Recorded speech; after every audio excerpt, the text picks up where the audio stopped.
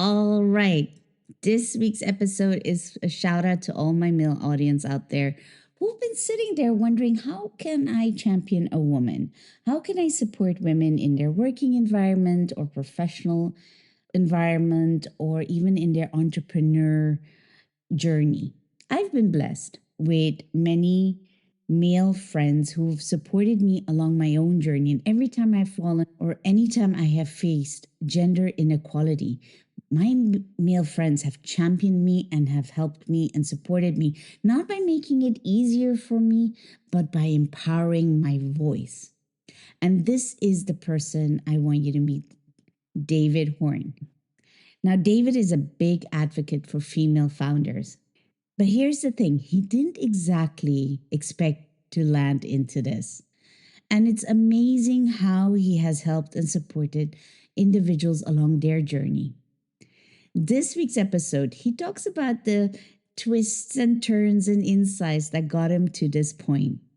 And I hope it inspires you along the way, or if you've been thinking, how can I champion women even more? Enjoy this week's episode. So if I ain't asked tell you that this month is going to be about championing women, how on earth did you fall into that you became such a champion for women? Let's get to that. Absolutely. No, that's a great question. So my background is finance. In 2019, I published my first book called Add Then Multiply, which is all about taking what I learned being the chief financial officer of a couple of companies listed on the stock exchange, where we did a lot of fundraising and M&A, mergers and acquisitions, so buying companies, and taking what I learned and applying it more to entrepreneurial businesses. And as a result of that book coming out, I started getting invited to speak at events. And I was speaking at an event in the summer of 2019 about fundraising for small businesses. And a woman came up to me and asked why so little funding went to female founders. And I looked at her and I said, I have no idea, but I'll find out. And Kirti, what I found out shocked me. A week after that event, I was in a meeting with the chief executive of the British Business Bank. She and I had met at a function previously, and this was just a follow-up back, in her office, back when people used to meet in offices. And we had a very pleasant conversation. And towards the end, I thought, well, I'll ask her. And so I said, do you know anything about why so little funding has gone to female founders? And she kind of smiled and reached down into the bottom drawer of her desk and pulled out a bound research report that the British Business Bank had published like 2 months previously. Okay. That looked at all of the venture capital deals in the UK in 2017. And they found that all female teams submitted 5% of pitch decks and got less than 1% of money. Mixed gender teams submitted 20% of pitch decks and got 10% of money. And all male teams submitted 75% of pitch decks and got an 89% of money. So I thought, okay, there's definitely something going on here. And I started to research it. Yeah. And then, of course, I came across the Alison Rose review that had also been published at the beginning of 2019 and looked into all of that. And I thought, okay, there's definitely something going on here. And I carried on researching it. And I saw that the venture capital industry had a few seminars about it, but, whatever. But nobody had done anything from the perspective of the founders themselves. So I thought, okay, I'm going to run an event. And fortunately, from my PLC days, I had some contacts at the London Stock Exchange. And I knew that they had a big theater that seats like 120 people. And so I reached out to them and said, look, I'm thinking of doing this. I think this is a really topical issue. I know the stock exchange has done a lot of work to support women on getting onto boards of listed companies. Would you support this? Would you basically provide the room and the AV for me for free? And they agreed after a bit of negotiation. Okay. And so we held our first event on the 25th of November, 2019. We filled the theater. And then we thought, okay, let's take it forward into 2020. Let's do a series of events. And then obviously COVID happened. And so we had to change our plans. We took it online. We ran it online for 2 years on a quarterly basis, but people started to get a bit zoomed out. Yeah. And by I think it was the middle of 2021, I think we had like 13 people showed up. And I thought, okay, let's just give it a break. But I carried on doing the research. I carried on doing what I was doing. Publishing stuff. I then researched and wrote my second book, which came out in the summer of 2022. funded Ah, female but founders. you have a foundation about this as well, right? The I have funded a female. social enterprise, You yes, do. called Okay. Funding Focus. Yeah, yeah. So I've set up a social enterprise, and our mission is to level the uneven playing field, basically. Oh, wow. So you So actually yeah, just fell into it by accident. I literally fell into it by accident. I was asked a question. But if you go back in time, Okay. so I'm the youngest of four kids. I grew up in Vancouver. And my mom, although she would have hated me calling her a feminist, my mom was an early feminist. And I remember when I was 7 years old, I said to my mom, I really liked chocolate chip cookies and I wanted more. So she taught me how to bake chocolate chip cookies. Okay. And when I was 15, I met my first girlfriend and I said to my mom, I think I look smarter wearing shirts that have been ironed. And she said, great, I'll teach you how to iron shirts. Okay. This is in the 60s and the 70s, and those were women's jobs, you know? And my mom taught me to do that, and it was entirely normal. And then when I was 17, I met my wife, and we've been together ever since. So we've been together 45 years coming up Oh, this June. wow. Okay. And married for 40, it'll be married for 42 years in August. And we have two daughters. So I've just, all my life, I've grown up with a very strong women in my life and a strong sense of duty's not the right word, but commitment to supporting and helping and loving and being nurturing and all of that. But you never thought that this was going to be I it. never thought that this was going to happen. I never thought at all that this was going to happen. And when I put the first event on, I had no idea where it was going to go. Did you know at the time of the event as well that this was going to be something you'd wanted to? It was something it was something that I was interested in, but I had no idea what kind of a reception I was going to get on the day. And I got an outstanding reception on the day, and that confirmed to me that there was really something. And through the work we've done now, I've accumulated a database of about 2,000 mainly female entrepreneurs in I think 69 countries around the world. Oh, wow. Who support what we're doing, and are generally supportive. And when we have online events, we have good attendance. We held our 5th anniversary conference at the IOD in November and had about 80 people show up in person. I was going to come for that event, and then I flew out, and I felt so upset, but it looked very We'll do another one on the 25th of November this year. I better be here then. That's our day. So let's roll it back. So when you went to do this investigation, was there anything surprising you found why the number was so low? I've done a lot of research into it, and in my opinion, there are 3 primary factors that drive it. Number one is just inherent gender bias. And that's number one? Well, number one of 3. There's 3 things. All right. I haven't quantified which is the biggest. So, but yeah. But first up is inherent gender bias, and that manifests itself in so many ways. And the women who are listening to this don't need to hear me talk about it because they experience it, daily, weekly, monthly, on a regular basis. So just inherent gender bias. Number 2 is that there is a lack of women in the investment management industry. There's a lack of women in the investment management industry. And even specifically in decision-making investment roles. There's lots of them in administrative and support roles, but in the roles of, a venture capitalist or someone who's running an investment fund, making the decisions on what they're going to invest in. And the week before we had our first event at the Stock Exchange in November of 2019, Morningstar, which is a big media outfit, published a report. They had looked at all of the fund managers of the nearly 1,500 listed investment companies in the UK. And they found that 108 funds were run by men named David, which I thought was pretty cool. But only 105 funds were run by women. So just 7% of all funds were run by women. And 93% of funds were run by men. 7%. And if you talk to any women who have been involved in the city, for an extended period of time, they've had to behave in ways to survive in a very male-dominated industry. Space. Yeah. It's And interesting there's to that. there's an interesting supplement to that. One of the Yeah. things I came across was a study by a woman who's now a professor at London Business School. She was doing her PhD studies at Columbia in New York, and she looked at all of the TechCrunch New York City startup battle pitching contests between 2010 and 2017.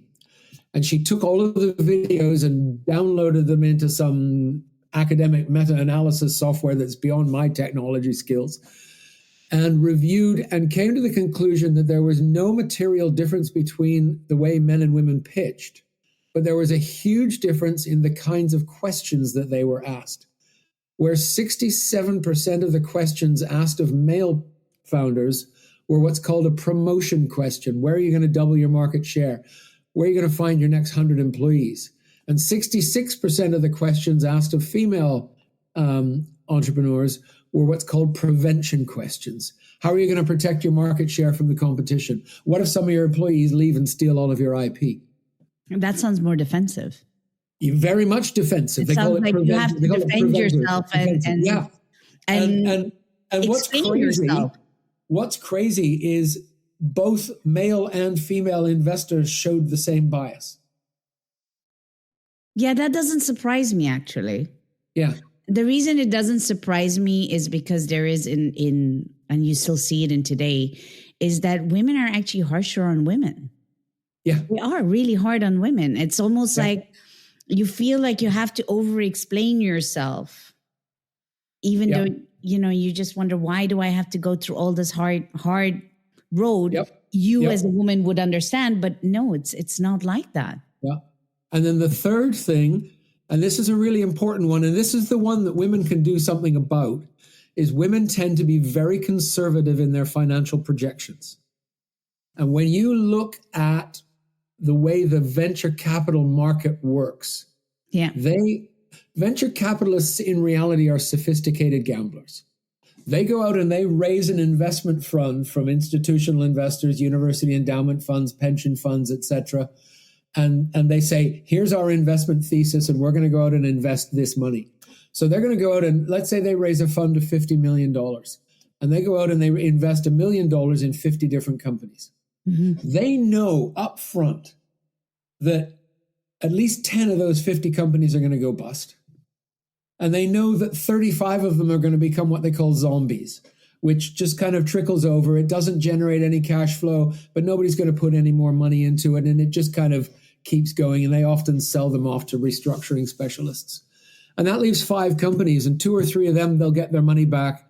And 1 or 2 of them, they'll get a decent return. And one of them, they hope, becomes a unicorn, which is $1 billion company. Mm-hmm. And that unicorn pays back all of the losses, pays back all of the return, pays back all of the capital, pays the carried interest that the venture capitalists earn. And happy days, aren't they the smartest people on the planet? But in reality, they are sophisticated gamblers. So is that not a reason why they're quite conservative then? Because they're worried about this? No, because I think female founders don't get invested in because they're too conservative, because the venture capitalists are looking to say, does this opportunity have the potential to become a unicorn? And if it doesn't, I'm not interested. And I've seen this in many interactions I've had with female founders where, we don't want to overdo it too much. And sometimes it's a genuine thing. Like, I don't want to grow into a unicorn. I don't want the burden of that. I've got a family, I've got other commitments, all of those kind of things. And that's all well and good. But if that's the case, then don't go after venture capital money, because you're not going to get it. But with the founders that I have seen, they'll do a detailed calculation and they'll say, I've worked out from my modeling that I need 840,322 pounds. So I'll ask for 750. And a man will run the same model and ask for 2 million. Yeah, he will not ask for the same amount. He'll ask for higher. Yeah. And I know that it's said that we always ask for lower because, for one, we're always worried about, can we do it? Yeah. And the second is, like you just picked up, is the impact on our personal lives. Because there's so much to go through. I mean, absolutely. There's a lot of things that women, we're not still in the gap. The gap is still wide and array. And then there's also a lot of things that we do have to factor in. For example, the cost of being a woman and your body changes. Yes. Unfortunately, that does cost if you plan to. It's almost sometimes you have to feel like, do I choose a business or a family? Why can't I have both? That Yep. narrative. Yep. But that also has a financial cost to it. Very So much if there's this, if there's sophisticated gamblers, if you say so, right?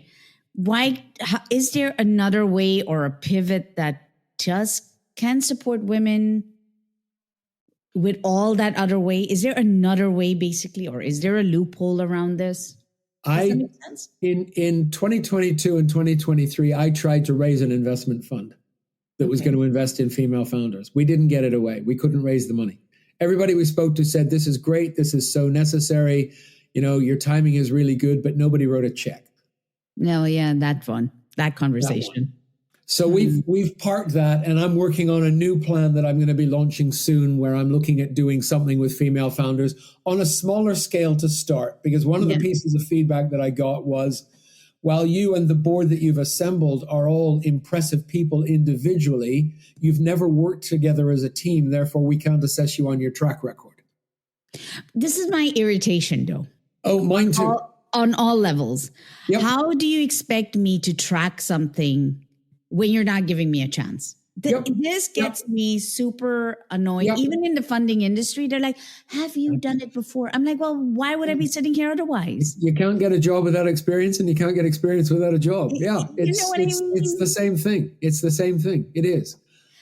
So I'm going out. I'm looking to do something on a much smaller scale. I'm initially going to raise £1 million.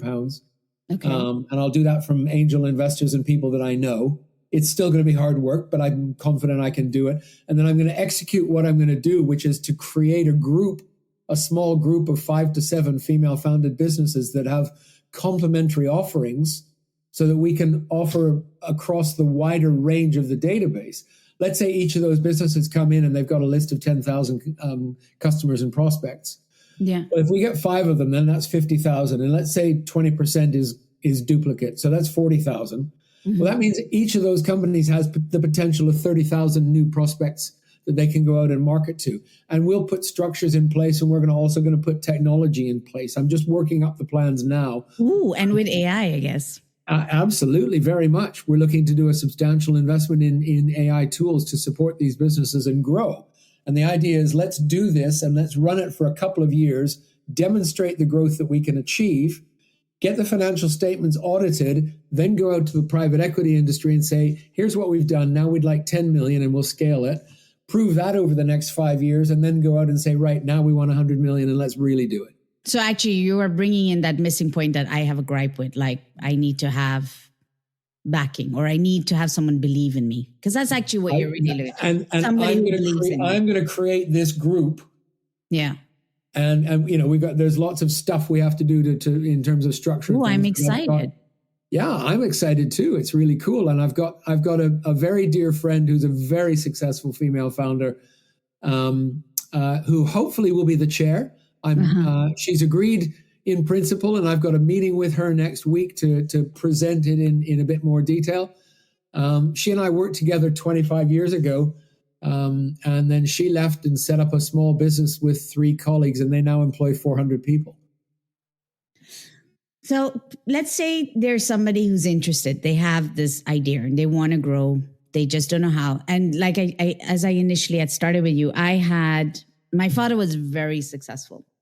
They had a very successful business. I had entered it, and I loved the way he did business, right?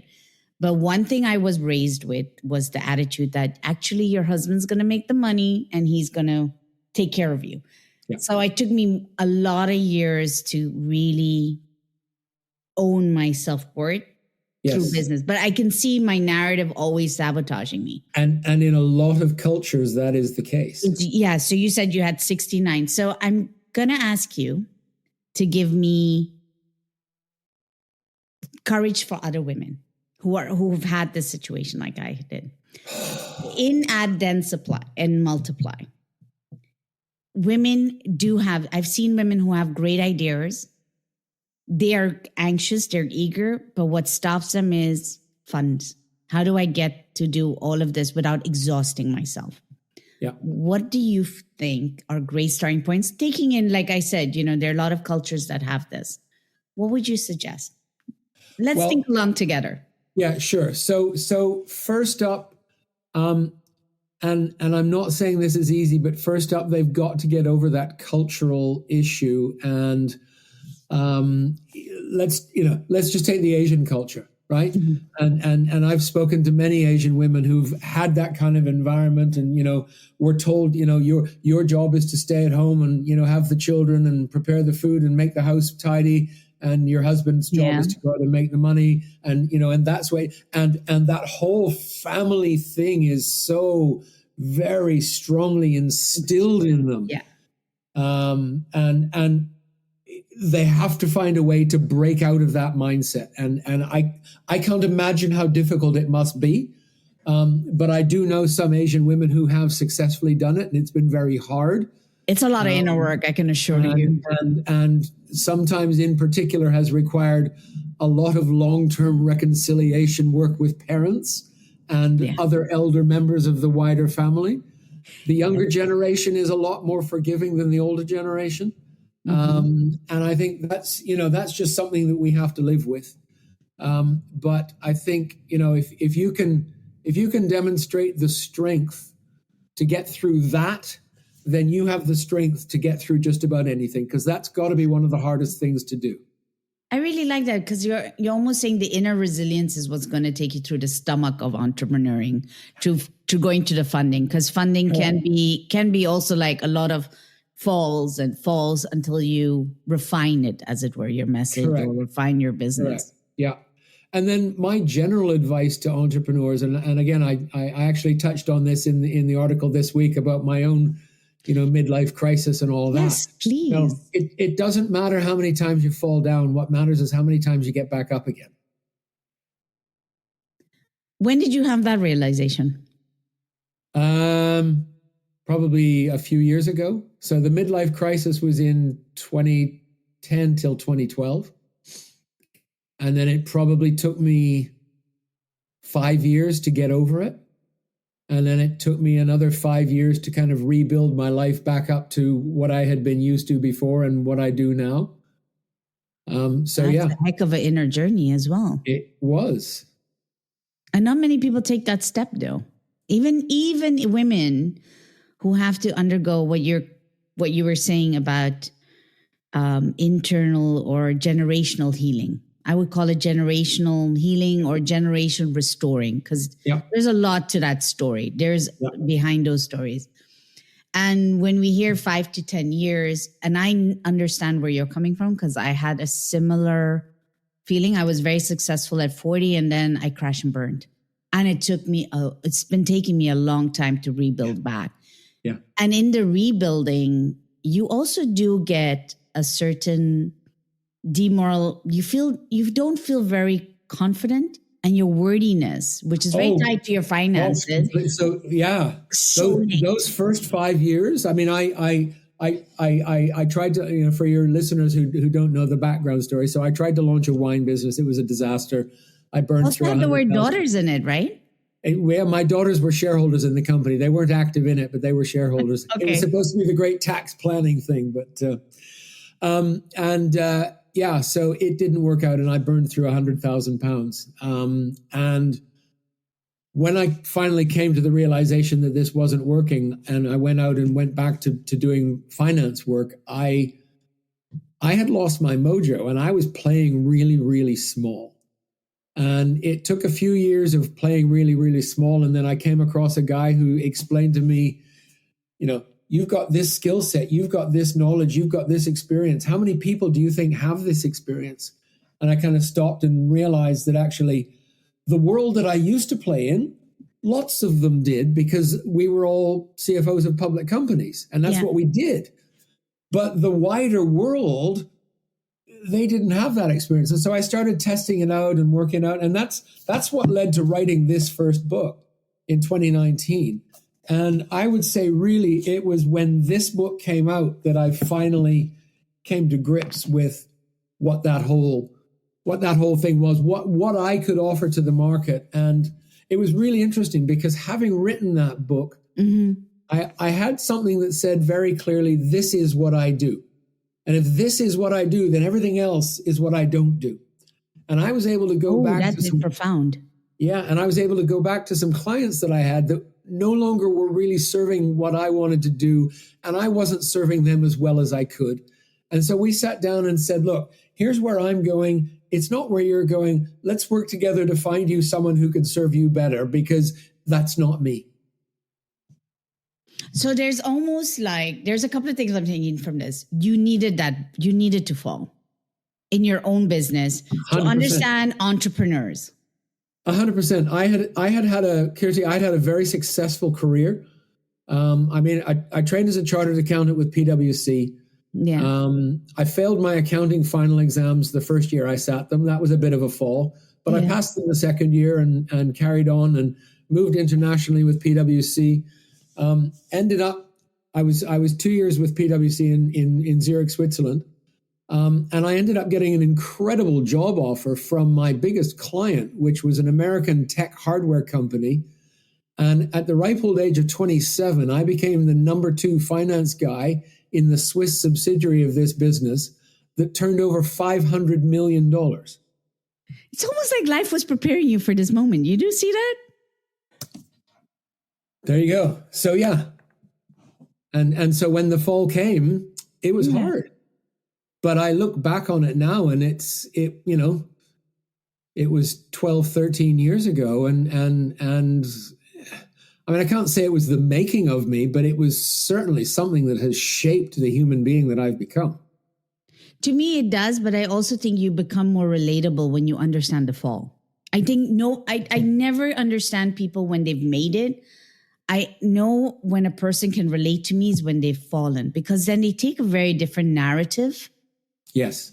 To how to approach where you are. They know where they can see which level you're in and say, okay, here is where it is. And I feel almost like your that fall had to happen for you to go and then go into that other dip of like, what's your past life? Because then you realize yesterday wasn't the same, but you need to edit, like, you have to edit out and strip out. Like you said, you and I don't longer, like you tell your clients, you and I are on different paths, but let's get you served elsewhere. You are also okay with that confidence, how you're going to move forward, even though it's uncertain. Like from my point of view, I would have been like, but what if it fails here as well? And as a woman, you do end up going, because let's say in the Asian culture, there's a lot of criticism if you don't make it. There's a lot, but they don't do it they never do it out of you can't make it. They're always like really protective about you. So they're like, are you sure this is what you're going to do? What if it doesn't work? And then, and you have that noise huge in your head. Yes. So when you have to take out that dollar or you have to take out that pound, that voice and that are just going head to head. Yeah. And so having what you're sharing, when I saw the title, Add Then Multiply, I was like, oh, that's curious, because that goes against everything in the head, because it's more like abstract. How do you subtract and still move on? And you can't do that as far as I'm concerned. Not only that, it also breaks a fundamental rule of mathematics or of arithmetic, where you're supposed to multiply first and then add. Oh, yeah. I've always been a bit of a rule breaker. So when my branding guy came up with that, I just said, yeah, perfect. I love it. Oh, so you didn't come up with the name. They came up with it. No, a very good friend of mine came up with it.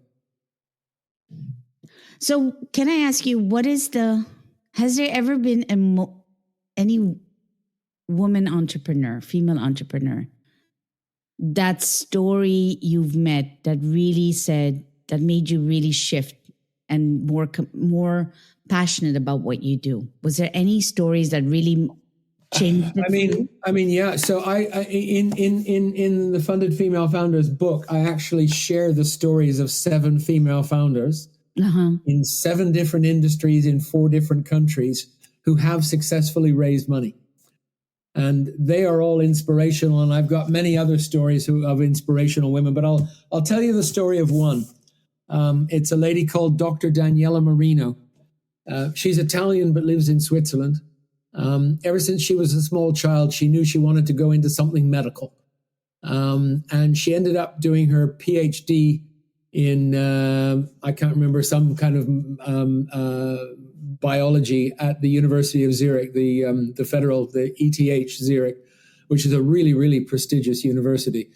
And she ended up going in and specializing in burns. And she was working at the university doing her postdoctoral stuff and writing research applications for grants and things like that. And she realized I could write these applications for grants and stay on at the university, or I could go out on my own and launch my own business. And she decided to launch her own business. She has now, over the last 5 years, raised over $50 million. And her business, which literally manufactures personalized skin tissue therapy for people who have really bad burns. And they are now going through the final stage of clinical trials. And once they've gone through that, this business is just going to fly. I can imagine. But what a mission as well. Yeah. Yeah. But she's a very, she's had to be very laser focused, very disciplined. And she's done this while raising a couple of kids. Oh, so she never gave up this work life. Nope. Oh, that's interesting. I got to talk to her. She's fabulous. She was one of the speakers at our event in November. She's fabulous. That's right. And have you ever had one of those women who've had very disadvantaged backgrounds and have been able to pull through? Let's say they had a lot of financial restrictions. I don't have as many stories around that. I have one story of a female founder who is Black, lesbian. So she's got sort of, woman, Black, lesbian, all as kind of ticks against the standard, straight white male type of thing.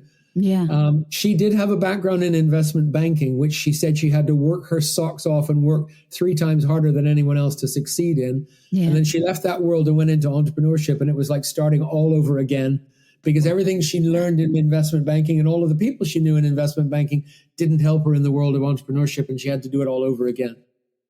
Isn't that interesting, though? Yeah. And what is she doing resilience. Now? It's that resilience. She now runs a business called, oh gosh, she's one of the people in here. I should know. Yeah, she runs a business called Glassworks London. It's a fashion business. So she's become a fashion designer. I like these. I mean, you must get so much.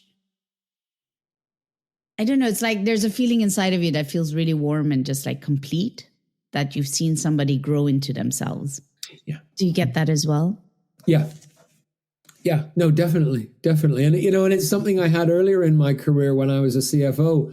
Whenever I came across promising people in my team who didn't have an accounting qualification, I would sponsor them and push them and cajole them and get them to do that. And I've helped half a dozen, mainly women, during their careers get their accounting qualifications, including 2 women in my team today. Okay, so I'm going to ask you a question. Are you ready for this one? I have a lot of male friends, but they love sitting in the background. They always like to sit in the background. And so I'm like, why aren't you a little bit more vocal? And they would be like, no, it's not my thing. But I find sometimes, and I try to explain to them, actually, it'd be nice if you champion, because it really supports the distance. It will make it closer, because instead of seeing it as female versus male, we can come together. Yeah. Right. We start being humans. I go to the level where it's not about gender anymore. It's just humans. Yeah. Can you give me some suggestion on how to support without using, because allied, even the word ally is like a word that that people roll their eyes to. Yeah. So, I mean, in sort of in response to what you were saying and some of the other men that you know and the challenges that you give them. So I guess first up, I grew up in Canada, so we're already sort of more direct and outspoken than most Brits are. I'm the youngest of 4 kids, and my family was loud when I was growing up. So to be heard, I had to be loud. Yeah. And so I've always just kind of had that. I'm willing to put my head above the parapet. Yeah. I've been shot, I've been quote unquote shot at a few times figuratively. But one of the best pieces of advice that I got from one of my mentors was, don't try to be in the spotlight, be the spotlight. Oh, explain that. So there's an issue, Mm-hmm. and I can either stand in the middle of it and say, hey, look at me, I'm going to make a big deal about this issue, or I can shine a bright light on that issue. And obviously I'm still very involved, but it's about the issue. It's not about me.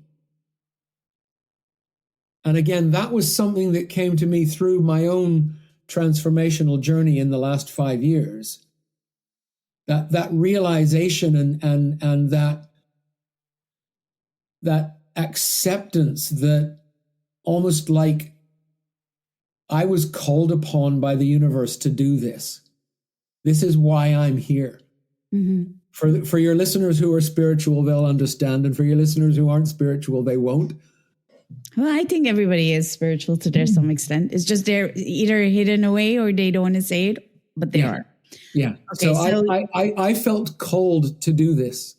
That woman, I happened to be speaking at that event. That woman happened to come up and ask me. I happened to be in a meeting with the chief executive of the British Business Bank. I happened to have a friend at the stock exchange who could sort out running the event. All of those things were lined up. And so it's almost like don't miss the signs. It was like a bunch of dominoes. Okay, so it's almost like don't miss the signs. Yeah. Like I just happened to be there. I just happened to be there. And well, again, if you believe in that kind of divine intervention, I was put there. Yeah. Because the universe knew that this was my thing, and the universe put these signs in front of me, and I happened to be ready to see them. So that would be one of those, like, if you want to show up and support someone, regardless of your gender, really, regardless of being ally or not. So let's strip it all away. If you just constantly see these signals of like support someone, just get up and do it. Just get up and do it. Yeah. I like that, actually, because you're not being fake about it. You're not trying too hard about it. You're just waking up to like, I can do something here. Yeah. And it's constantly coming in my way. So I may as well just do it. Yeah, exactly. And by getting up and doing it, mm-hmm. once I had done it and kept doing it and showing what I'm doing and telling people what I'm doing and talking about the things that are coming through, I became known for being the person who was acting as the spotlight, shining the spotlight on things, not saying, hey, look at me, but hey, look at this issue, this needs to be fixed. And I think that also really played an important part in my acceptance by the female founder community, because I wasn't coming in trying to mansplain some issue. And that hits on something. How do you know whether you are mansplaining or not? Because a lot of people don't think they're mansplaining. I have some very don't mind me picking your mind about very outspoken women in my community who would tell me if I was. And have you ever had those moments where that you've been called out on it? Early on, yes. Yeah? Yeah, early on. When I was first practicing, rehearsing for my TEDx talk. Yeah. Because I've got a TEDx talk about this as well. It's called The Fight for Fairer Funding. I want all these links, by the way. I will give them to you. To share it to the listeners. Absolutely. Okay. And when I was doing my first rehearsing, I actually as part of my preparation, I presented it to 3 different Toastmasters clubs. Yeah. And one of them was an all-women club.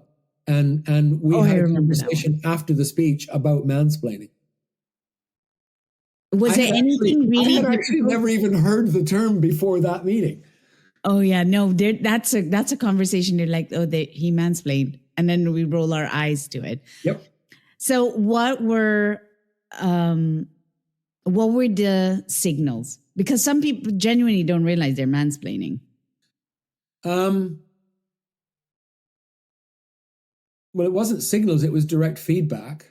Okay. And it was the way I was presenting certain things and the way I was assessing things, and I was challenged to support why that was my perspective or why that was my opinion based on what I'd found, and I was challenged around it, and we had a good conversation, and I actually adapted and changed some of the things in the final talk based on that feedback.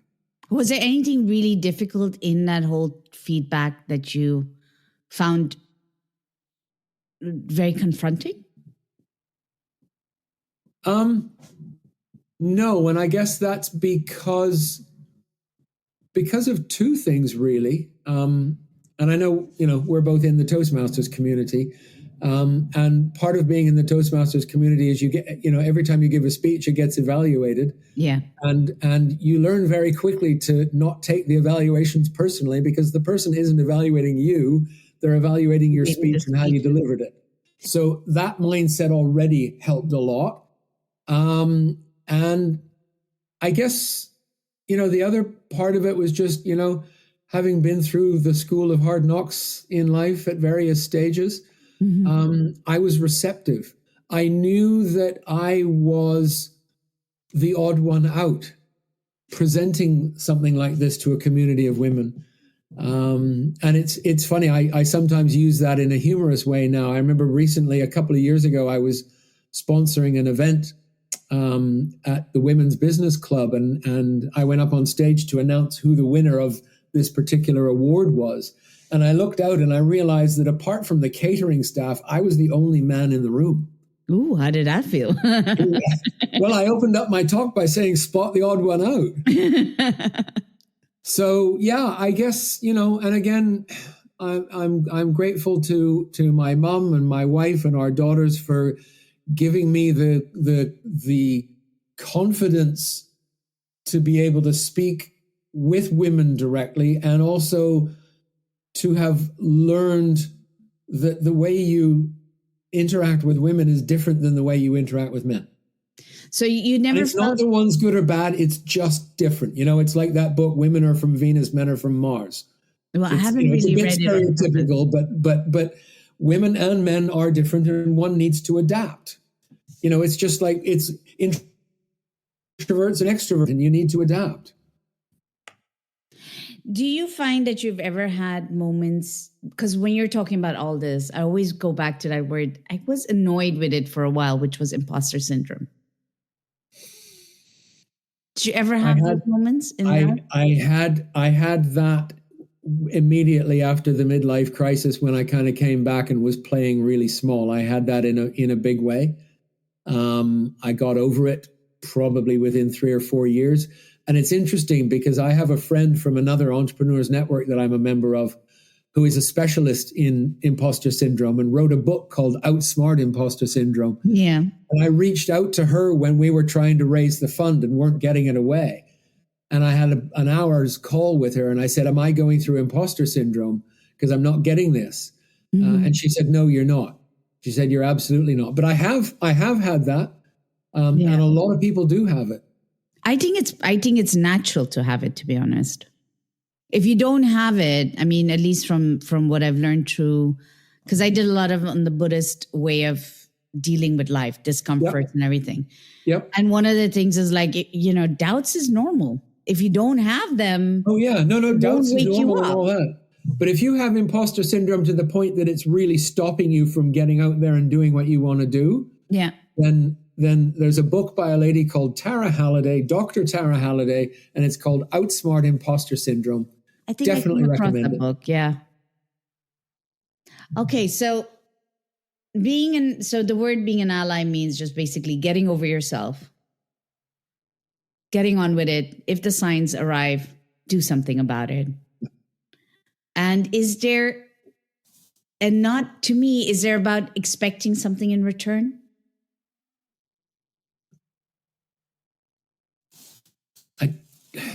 I don't think there has to be.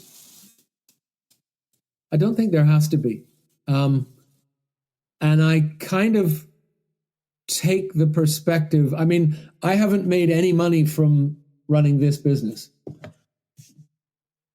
I make my money from my Add Then Multiply consulting business.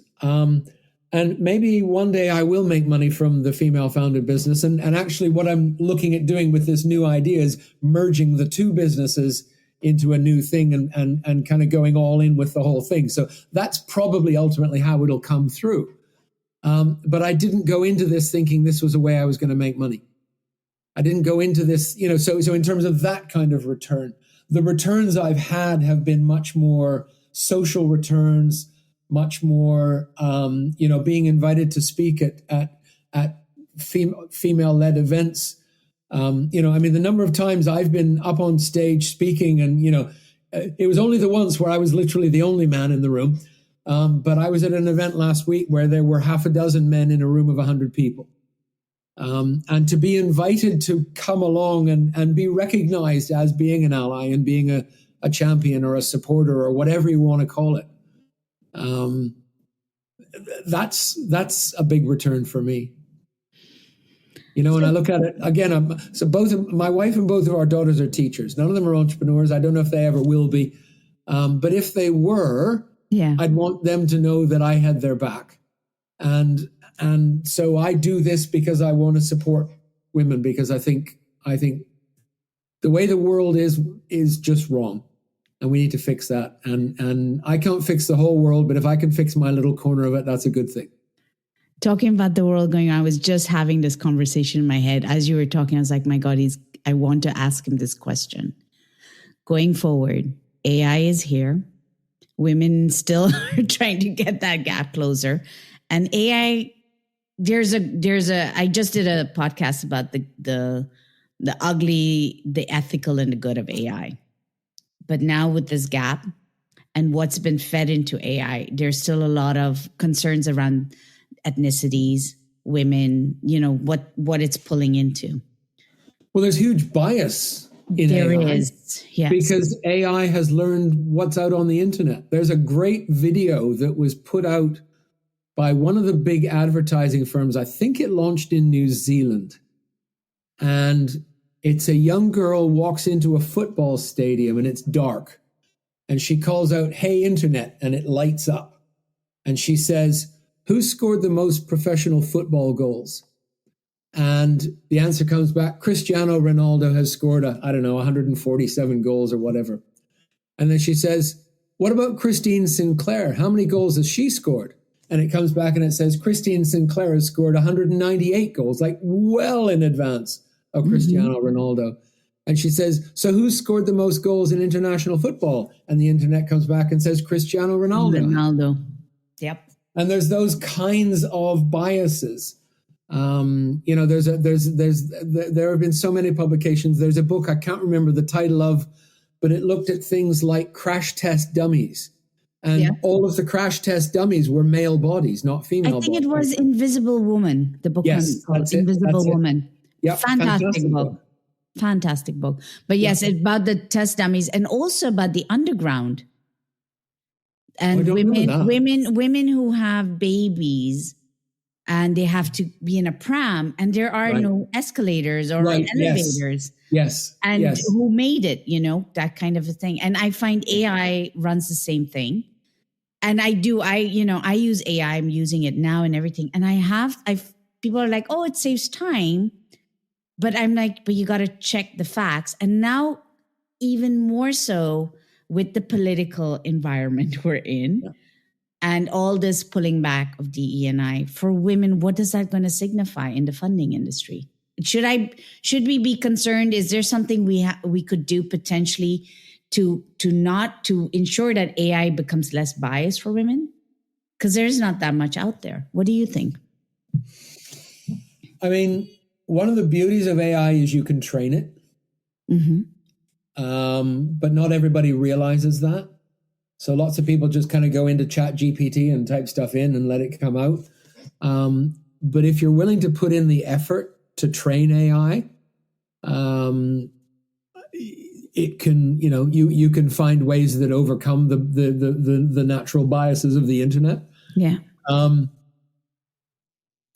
AI is a phenomenal tool, and we are only just at the very, very beginning of it. Yes, that's what Paul told me. I think, all sorts of different things. It was fascinating to watch when the Chinese announced DeepSeek, and the collapse in the share prices in America, With and Nvidia. one stock, Nvidia, market cap loss of Nvidia on the one day was bigger than the combined market cap of the entire FTSE 100. That I did not know. Yeah. Oh. Yeah. It was like $600 billion or something like that. It was unbelievable. Well, considering they won Stargate, yeah. Yeah.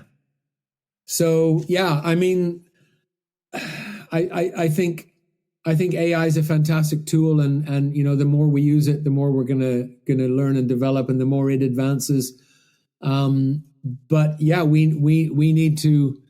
If women are using AI, they need to train the AI first in order to address the inherent bias that is in the internet. So does that mean bringing out more content?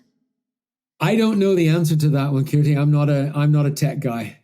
I'm going to have to go on this one, because this is where I'm like, how do I train it to make sure that the women's voices are being heard?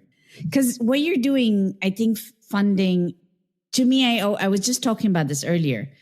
Women buy most of the products in the world. Let's be, even if you have to consider a car, a woman will be part of that decision making especially if they have a family, right?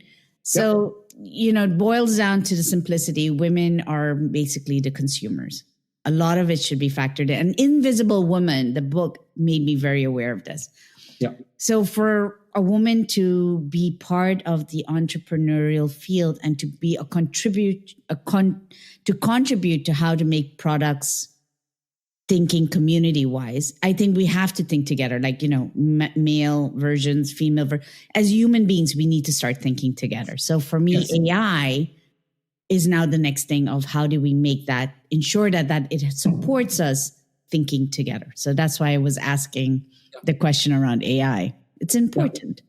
It is. No, but and there are relatively easy ways that one can do this. And again, I'm not an AI specialist, but whenever I ask AI to do something for me that's going to lead to content being produced, I always tell it to act, in the voice of David B. Horne, the author of Add Then Multiply, because it's read the book and it comes back and responds in a way that sounds like me. Oh, I like that. If someone else has some published content that's on the internet, then refer to that and say, go and look at this and respond in this style. That's an awesome tip. And you're telling me you don't know? But David, I know we're coming to a close. I want to thank you so much for being on the podcast and letting me pick your brain. That's more than anything. Is there one thing, if you wanted women and men to walk away about supporting one another, what would it be?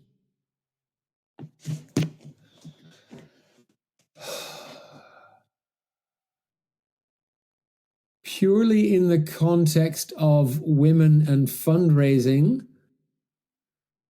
it would be that women don't need fixing, the system needs fixing. And more broadly in the context of humanity, there's just too much testosterone in the world right now, and we need to figure out how to tone that down. When I look at what's coming out of America right now, and, being a Canadian, all of this stuff about, Canadians want to become the 51st state. No, they don't. But the rhetoric that's coming out and the wholesale dismantling of the DEI situation in the United States is very worrying. Mm-hmm. I think we all just need to just calm down a little bit, and work together, and the stereotypical roles of males and females have been around for centuries, hundreds of years, thousands of years, millennia, but they are changing. And, I look back to again, I grew up in the 60s and the 70s, and I look back, I remember the outrage at bra burning and things like that, and the beginning of the feminism thing, and when I was researching the book, I went back and looked at the suffragettes and Emmeline Pankhurst and all of that, and the fight that women have had to do just to become equal is staggering, because without women, humanity would die. Without men, humanity would die too. But, we need each other. Yeah, we do. And on that note, I'm going to give that to keep that in people's minds for it and just simmer in it a little bit. Thank you so much, David. Thank you for saying yes. And for being the champion for women. I'm appreciative. Okay, so don't fix the women, fix the system. Before I share more about my thoughts around this, if you haven't yet, do share out this week's episode. You never know where this episode can make a difference in someone else's life. And together, you and I can do this. All right, so here's my thought. Be the spotlight. So from a male's perspective, don't stand in the spotlight, be the spotlight, become the spotlight for that person. Sharing that space can make all the difference, because the woman doesn't have to feel exhausted constantly having to prove themselves. And David's conversation shared exactly that. And for all the women audience out there, your voice really does matter. And knowing precisely what to say, when to say it, and how to say it without having to constantly fix the self, you can give a lot of room and space to yourself back. It's working. There are more women today taking on courageous steps. We know so much out there already. It's time to stand in that spotlight when someone is giving it to us. And if you're not sure how, contact me. I'll help support you. I hope you found this week's episode useful. Again, don't forget to share it out. Let's make a difference. Until the next one, take care.